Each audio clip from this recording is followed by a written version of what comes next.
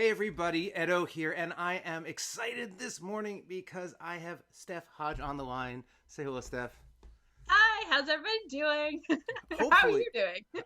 I'm doing all right. I'm doing all right. Um, so I know you in a very specific way. So on Board Game Geek, you have a blog, semi-regular. You'll tell us how regular it is. I don't know, where you post these fantastic pictures of colorful and bright games, mostly, and also like add in your own little review slash commentary on what you thought of it. Um, and you know, Pencil First Games makes a lot of bright and colorful games. So every once in a while over the years, we've appeared, and you tag everybody, so it like tells me. Um, and as I was mentioning in the last video, we haven't had a lot of hits with you in terms of enjoyment, but you've taken some great pictures of them, which is fine. Yeah. It's fine. Oh, I mean, so I actually really like Herbaceous, right? So I like it. I don't own it, so it doesn't get played. But I don't like rate it that I rate it a 7, which I think is like perfectly acceptable. Like No, this is and one and that if it goes to the table, I want to play it. Like no, it's fine. And actually, I mean, I think um, in terms of like the BGG space, that is a good rating, and I think Herbaceous lives in that land because it's fun, it's light, people really it's enjoy it. like yeah, exactly. It's easy to teach and play, so it has an audience, and your games have that audience. And Right. my problem is I just play every game known to man, and so it gets everything kind of gets compared to everything else in my mind, and like what No, no, could no. have maybe changed. But, So it's nothing against no, Pencil hey, First hey, hey! Games. There are plenty of people who don't like Pencil First games, and you've been very kind, and your pictures have been fantastic. I'm just saying, it just so And happens I like to take that pretty pictures, and so also on social media, I never post anything bad or anything yeah, like that. I will always say what I like about the game, even it doesn't matter. Like there's well, you always could, something I find in the game that I like, and they could have including cute artwork. Jaminos like gem packed Yeah. cards, but Oh my not good god. for you. So with Gem cards, I had this like crazy high expectations, right? So It's like fine. it is so cute. It is like amazingly Right. cute. It has the rainbow colors and everything I love. And so we were playing it, and so the other people weren't enjoying it. So that it always whoever you're playing with kind of like influences your play too. And so it's like it wasn't for me, but it's not to say it's not for somebody else, right? So It's fine. So, but this isn't about. Let's go. Let's enumerate all the games you've not quite enjoyed. oh But my no, goodness, I still want to play Whatnot Cabinet. So one of them will hit. One of them you'll be like, "This is the game. it's gonna be I it. It's gonna played be it. It's beautiful, and I loved it." But what I don't. But the premise of that whole spiel was so I don't actually know how you got. I mean, did you get into the sort of content creation via just this blog and photos? Are you a photographer? Do you just play board? I mean, you've got this gigantic collection behind you. Like it's been a one of the lot. things we do on this channel when I do these Q&As is sort of like, what was your journey into gaming? How did you get to what you're doing? So how'd you get to what you were doing?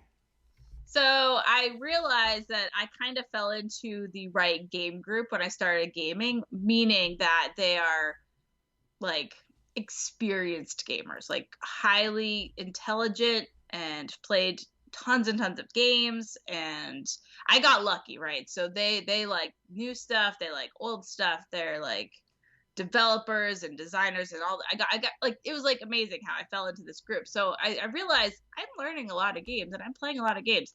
And so there's this like geek list on BGG that like what did you play on Monday? And so I would write down like all the games that I played and talked about it a little bit, and that somehow turned into an elaborate, huge, long blog because I have always done photography through high school, college. It's always been a focus of mine. So adding that element into the blog just seemed natural and obvious because that's what I do. Like And so when you say that's what you do as a hobby, or are you like a professional photographer?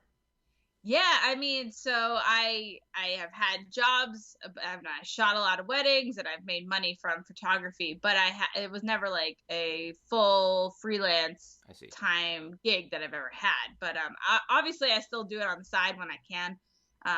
And but mostly I run Instagram accounts and I help out BGG at cons and stuff. So that's what I'm doing these days. Awesome. Oh yeah, cons. Oh, but I guess there's a lot of digital cons now. True. Yeah. But so there are a few other things, right? So you're doing the blog, and all along, also, I guess you also started. I interviewed Jeremy, and he was saying you have a podcast now. So you're doing a Yeah, that's podcast. fun. You had mentioned you're doing Twitch or starting to do Twitch. So Yeah. like getting into real broad content creation across a variety. I am all over the place. Yeah, super awesome. And so, but the other thing back on the photography, right, is one of the reasons I thought it'd be so fun to have a Q&A was you have a Kickstarter up, and it's your yearly calendar, which apparently you've been doing for 7 or 8 years. Like, yeah, it's like crazy. So this is it's progressed a lot since the first one, but for the most part, I always have a collage on each month. So that's what makes me a little bit different, because I love to see like all the colors and everything, and I can never choose just one picture, so I like to put it all into like an artwork kind of calendar. And so, I have so many questions. All right. Okay. Okay, going back, you were like, I've got a lot of photos, I want to make a calendar, or somebody was like, you should make a calendar. Like, how did the first calendar? Okay, so have you ever heard of contra dancing? No. Okay, so it is this like folk dancing. It's kind of like line dancing with square dancing, where you have a partner and you kind of go up and down a line dancing with other teams and stuff. So I used to contra dance, and I was making calendar for that. During whenever this was, like, I don't know, 2010-ish or something. And so I loved creating that like dynamic on a page, and I already have the creative mind to do something like that. And so since I had all these pictures, I'm like, I'm just gonna make a calendar. Like, you were an experienced calendar maker, and at that point I had already made a cool calendar. I'm like, yeah, let's do this. And so I was like already geared up for it. And my friends were on board to, like, buy one from me, and people have loved it since then. And has it been a Kickstarter every year? I've never done a Kickstarter. This is my first Kickstarter. Oh, so this was like a friends, family, if you know me thing. In the know, I'd posted on my blog saying I was doing it, so I had people who followed the blog, join in. And it's easier when conventions are happening, because there's like I could sell them at a convention, or I could pre-sell them on like the virtual flea markets and stuff like that, and where people can see. So I would know exactly how many to bring and stuff like that. So it's unfortunate that there are no conventions, because that's also free delivery, right? People don't necessarily want to pay for shipping, but hopefully people still will back. I mean, I lowered the price of the calendar to be $15. In the past, it's been $20. Because there was no shipping, and so I'm trying to like balance it out with the Kickstarter. Hopefully there'll be more backers, so I can sell more calendars at the $15 price. And well, okay, so I still have a lot of questions, but like, you're also very close to funding, right? I mean, we were just talking about this. You're like $93 away, which is what, like 6 backers from funding. We're just I'm gonna post this today. So if you're watching this video like right now, you probably can be the one to go and back, which is awesome. Fun moment to be part of it. But so, like, okay, you set up. There's some, you have a Photoshop file or InDesign or some way or some format, you template, you set the pages up and has all the pictures in it. So what's the process for? Are you manufacturing in the United States? Like, how are these being made? Are there, I mean, because like calendars are a thing that get made, right? There's an industry around custom calendars, so there must be a couple ways to do this. Correct. So I found a cool website, and I've been using them for a few years now. But so what they offer is like their own their own like layout tablet kind of thing, their own program where I can upload my photos, create what I want, so I don't have to deal with Photoshop or anything like that. I don't have that. As a photographer, you don't really need that. I have Lightroom as a photographer, which basically allows you to batch edit things at the same time and export and all. So everything a photographer would need is great for Lightroom. And fine detail is better for Photoshop or photo creation if you want something like that. So while I have used Photoshop in the past and like it, I don't have the program. So that's not as handy as a site that allows me to just upload and just kind of create what I want. Right, right. So I use that, and it's been going great. And I actually already have all the calendars in hand, so as soon as the Kickstarter is over, I Cool. can You just send ship it. out I could send out the survey or whatever I need to do, which I need to figure out what I need to do because I haven't done a Kickstarter This before. is your first Kickstarter. It's Yeah. your first calendar. That's fun, right? I remember that fun. day a long time ago. Yeah. I'm like, oh my goodness, I don't know what's gonna happen. I don't know how to get people's like addresses and whatever I need to do in order to get them to my website so they can check out my calendar and pay the $5 shipping and stuff. So I'm not using BackerKit or anything like that. I do have a website that I can do this all from, so that's helpful. Yeah. If you end up you're gonna get a CSV.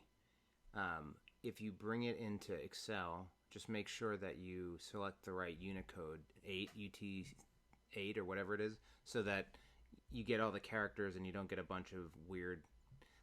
That's the only thing that drove me nuts until I figured out how to do it, and then Okay. yeah. Good tips. Yeah.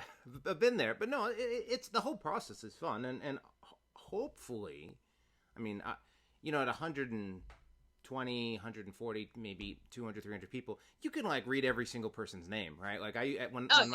And so, I mean, hopefully you're getting, the usual folks, but then also people who, are fine.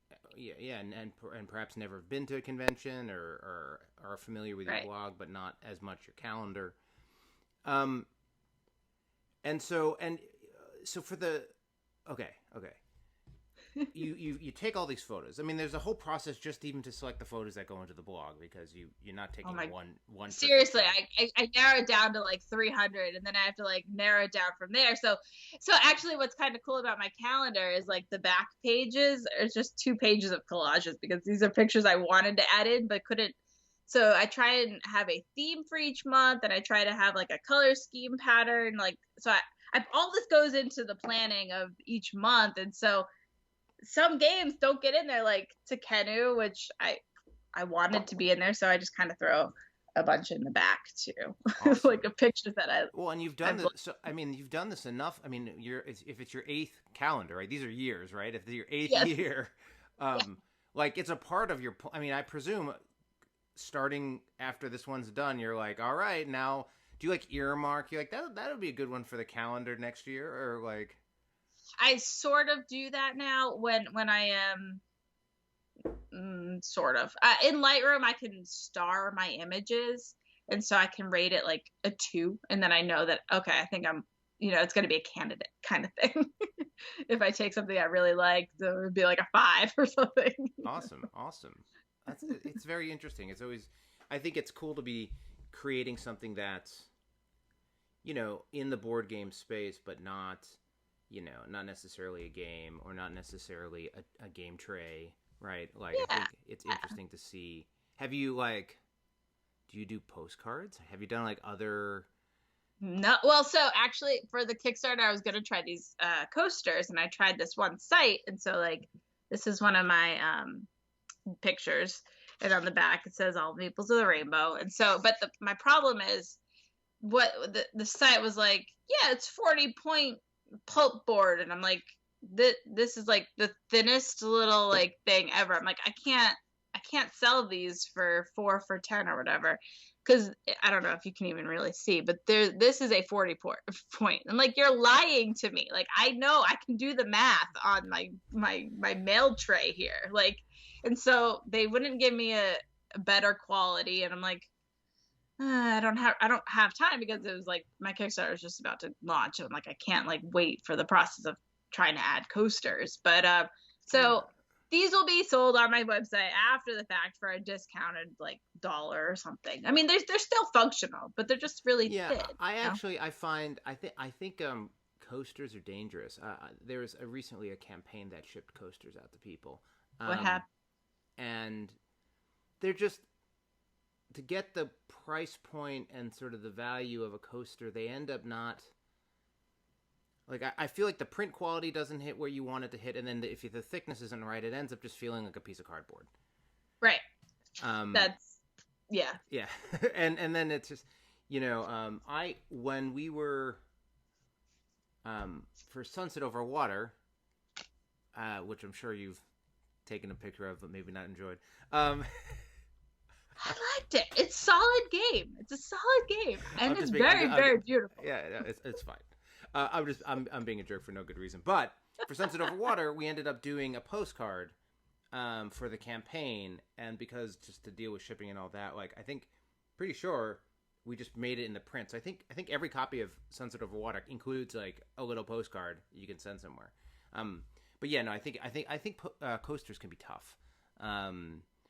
But no, it's super neat. And so I guess how's your, you're about to fund, and I think you have time. It's not like, you've got an extra 2 weeks. Yeah, I think confidently we can say you'll fund. Is it about what you expected? Did you not know what to expect? I mean, I had no idea. I had no idea what to expect. I added in some different like levels that I didn't think anybody would back, but I added them because maybe somebody would back. Like I wasn't anticipating publishers, basically donate for a Twitch night, but a couple have, which is awesome. And there are pledges for gamers and epic gamers if you want to play a game with me for a game night or a game day. And so a couple of my friends are funny, they backed at the 150 level, which is 9 hours of gaming with me, and they're going to make me play all the games I don't want to play. Well, that's what it's about. I mean, that's what it's about. Yeah. And so, but if you're going to pay me to play a game, how can I argue? Yeah. Like, no, I mean, I think those are a lot of the things that are I think those are the fun adders. It reminds me of a first campaign. You're doing the things you typically see in a first campaign that like sort of don't happen as much as you see more like. And I don't want to say first time campaign. That's not the right way to say it. It's more like an actual first edition sort of indie campaign where you're like, I really want this thing to happen. I'll sell my time, like whatever it takes. Exactly. like if you want me to hang out, let's hang out. Like if it means also, the calendars. it's like part, it's part supporting the calendar. It's part supporting me as a content creator, right? So it's like this balance of like, where do I fall? I'm not really at like Dice Tower level content creation, right? And I'm not really like, there are other gaming calendars on the market that you can try, but it's just that you can buy and stuff. And so they're different though. But I like mine I like the busy and the colorful and the bright. And so it just depends on your aesthetic, right? And not everybody needs a calendar, which I get, but you don't know you need it until you put it on your wall and be like, wow, that's really pretty. Well, and actually, I think that I think people underestimate the value of calendars. I'm a big pencil first guy. Like I really do like keeping things on paper. Like like my planning and schedules all on paper, and so I use calendars a lot. Like for a Kickstarter campaign during a period of time, or if I have a certain project and I want to have like something I can pull out and look at that's like sort of dedicated to whatever that project is. So like, because the squares are only so big, right? So you can't like, if you're doing the like family calendar, like you don't want to like start writing in like campaign launch and like everyone gets upset. Right. So I think actually you'd be surprised how useful a single calendar can be for sure. And on the content creation side, I did I don't do them anymore, but for a couple seasons I did Gaming with Edo Kickstarter, and one of the cool things, and I did tiers like, tell me what game to play, and I'll review whatever you want, and do a Q&A on whatever topic, or interview anyone you want if you can get them in the room with me. But I actually found it was cool because it was a source of content, right? It was like, okay, we'll play these games you wouldn't normally play, or this other person's favorite, or have a Q&A with this person who wasn't on your list, right? And I think it meant that I met and engaged with topics that were a little, not necessarily the stuff that I would normally do. So I thought that was super, super cool. So hopefully you play some games that you never wanted to play or thought you'd play. Some really like they're gonna make me play like 18xx and like. Well, but what you need to do is you need to find the beauty of those games through photos. I will, and that so. it's also about spending time with friends and, enjoying the time and learning something new, which I love doing. I'm already at like 350 new games or something this year. Like, That's crazy. so more new games is always good. That's crazy. That's crazy. Yeah, I like whenever somebody has a big collection behind them, I'm like looking through all of the different stuff you have there. I like you have your Queen Games row up there, and I try to keep publishers together just because they usually have the same size box and that makes it easy to just like see and looks nice. But I have some small games behind me too. Yeah, they got a lot. It's a lot. yeah. Well, you certainly found something you love, right? Oh my goodness, yes. Well, so look, best of luck with the campaign. I mean, again, it's very clear you're going to fund. That's fantastic. Thank you. But super cool to be creating and adding something that's, you know, special and unique and bright, right? I too appreciate color, and I think it's definitely something that's, wonderful in gaming. And I'm curious. I mean, to learn and see all these new things that you're doing with the podcast and the Twitch channel, and hopefully like so much stuff, which is great. So much stuff. Awesome. Yeah. Well, thanks so much. Thanks so much for jumping on, and we'll share this and hopefully get you the rest of the way there. That's awesome. Thank you so much for having me. Absolutely. Bye. Bye. Hey everybody, Edo here, and thanks for watching Gaming with Edo. Reviews over here on this playlist, League and Insider videos over here on this one. Subscribe, share, all that good stuff. But most importantly, play some great games. Thanks.